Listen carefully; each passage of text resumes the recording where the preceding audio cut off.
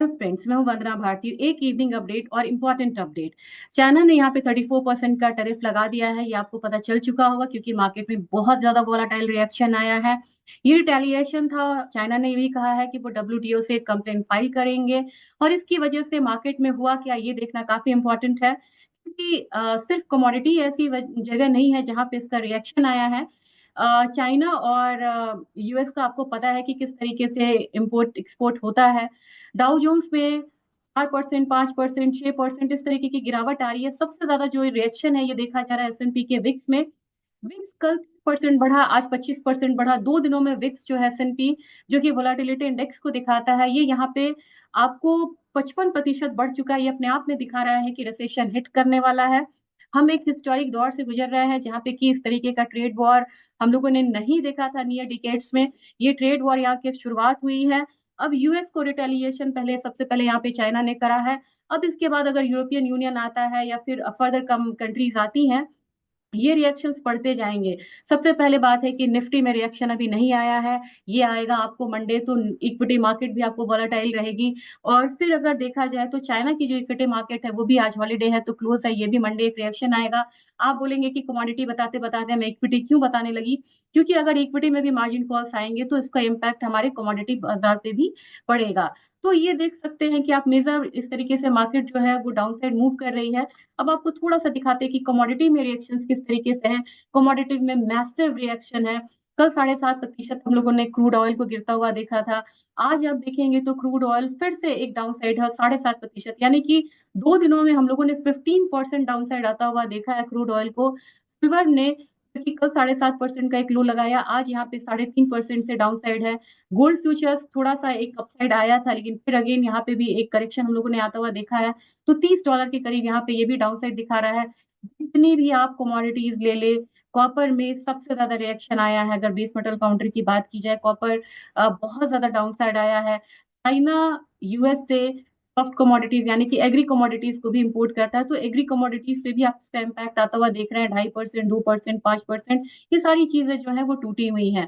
तो एक रिएक्शन यहाँ पे आ चुका है। अब फटाफट यहाँ पे ट्रेड की बात करते हैं कि किस तरीके से मूवमेंट यहाँ पे देखने को मिल सकता है। तो मेरे ख्याल से यहाँ पे ऑलरेडी रिएक्शंस जो है वो आ चुका है, लेकिन मैं आपसे लेवल शेयर करना चाहूंगी। अभी सबसे बड़ी बात है कि जल्दबाजी में आप कोई बाइंग यहाँ पे ना करिए, क्योंकि बहुत सारे सवाल आ रहे हैं कि यहाँ पे बाइंग करनी चाहिए। ये गोल्ड यहाँ पे टूट चुका है, $3100 आया है। नेक्स्ट अगर और ज्यादा टूटता है तो $3000 आएगा। और वहां से एक और बड़ी मूव देखने को मिल सकती है। गोल्ड में बहुत ज्यादा बड़ी मूव की संभावना नहीं है। अगर यहाँ पे चांदी $31 से नीचे क्लोज करता है तो नेक्स्ट यहाँ पे $30 का एक स्ट्रॉन्ग सपोर्ट है। 30 नहीं, फिर $29 का आपको सपोर्ट मिलेगा। उस सपोर्ट को आप ध्यान में रखिएगा। भारतीय बाजार में आप बात करते हैं कि भारतीय बाजार में क्या रिएक्शन है। करेंसी का रिएक्शन देखना बहुत जरूरी है। करेंसी अपना 85.38 है, यानी कि 16 पैसा डिप्रिशिएट हुआ है। अगर डॉलर इंडेक्स की बात देखें तो डॉलर इंडेक्स में अब एक सेफ बाइंग, हेवन बाइंग जो है वो रिटर्न आ रही है। विक्स जो है बिल्कुल हायर साइड है और 31% अब बढ़ चुका है। तो मेरे ख्याल से यहाँ पे रिएक्शन बहुत तेजी से बढ़ रहा है। भारतीय बाजार में $800 गोल्ड जो है वो टूट चुका है, यानी कि अब भाव है यहाँ पे 89,270 के करीब का। मुझे लग रहा है कि प्राइसेस अब सीधा 88,000, 87,500 वाला रेंज दिखाएगा और आपको उसका वेट करना चाहिए। जो नेक्स्ट सपोर्ट है वो डीप होगा। सिल्वर की बात की जाए, सिल्वर वो कमोडिटी है जिसने 1,02,000 का लेवल देखा था। अब ये है करीब करीब 91,200 के करीब, यानी कि 91,000 मान सकते हैं। 9,000 पॉइंट यहाँ से टूट चुका है, तो मेरे ख्याल से 3,000 की गिरावट आज में आई है सिल्वर में। अगला सपोर्ट अब यहाँ पे सिल्वर में आप 90,000, जी हाँ, 90,000, 88,000, ये दो सपोर्ट को आप मान के चलिए। और इससे पहले हमारी खरीदारी यहाँ पे अच्छी नहीं रहेगी, हम ट्रैप हो सकते हैं।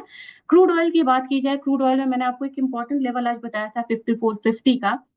उसको ब्रीच करता है तो शायद हम एक डाउन साइड और आता हुआ देखेंगे। बहुत महीनों बाद यहाँ पे 5450 का लेवल ब्रीच हुआ है। 5300 के करीब ये कमोडिटी ट्रेड हो रही है। नेक्स्ट आपका जो मूव है क्रूड ऑयल में, वो यहाँ पे आपको आ सकता है 5200 से लेके 5050 का।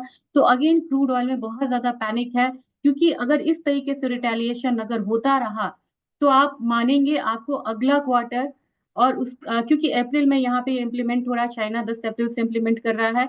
पहला क्वार्टर जो है वो, जब पहला क्वार्टर का जीडीपी आपको आएगा जुलाई का जो महीना होगा वो बहुत पैनिक वाला होगा, क्योंकि उस समय इसके जो रिएक्शंस है, चेन रिएक्शंस जो है, वो पहली बार हमें देखने को मिलेगा जब हमारा जुलाई का डेटा आएगा, फर्स्ट क्वार्टर का जीडीपी डेटा। तो वो डेटा काफी इंपॉर्टेंट होगा और उस समय भी क्रूड का रिएक्शन आएगा।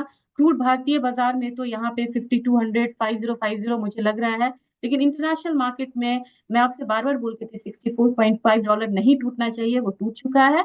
अब यहाँ पे आप सीधे $60 के लेवल पे जा सकते हो, और ऐसी परिस्थिति में ओपेक बोल रहा है कि वो प्रोडक्शन बढ़ाएगा, तो प्रेशर ज्यादा है। एल्यूमिनियम प्राइसेस ऑलरेडी बहुत डाउन साइड पे है, तो एल्यूमिनियम प्राइसेस में अगर मैं बोलूं कि अगला लेवल क्या होगा, 234 के करीब है। और 234 के करीब अगर है तो ये प्राइस जो है आपको अगर नीचे जा रहा है तो नेक्स्ट सपोर्ट अब आपको बन रहा है 226 का।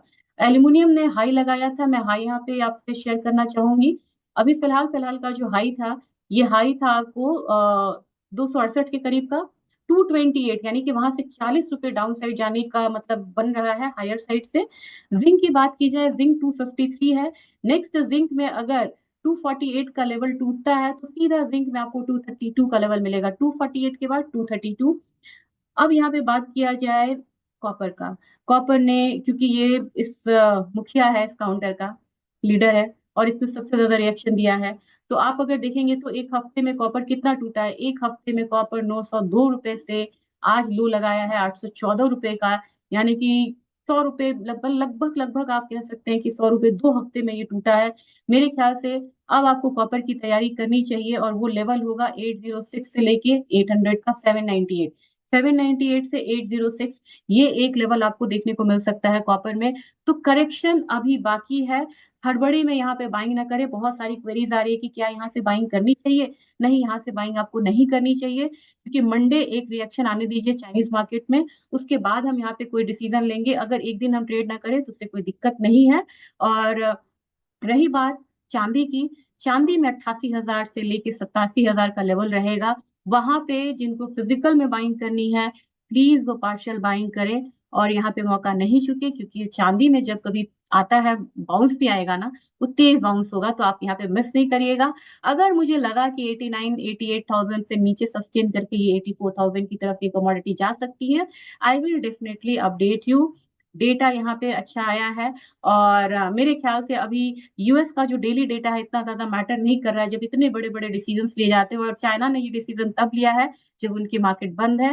मंडे मार्केट ओपन होगी, चाइनीज मार्केट में रिएक्शन आएगा, एक चेन रिएक्शन हांगकांग में आएगा क्योंकि हांगकांग भी बंद है, और फिर एक चेन रिएक्शन आपको निफ्टी में आएगा।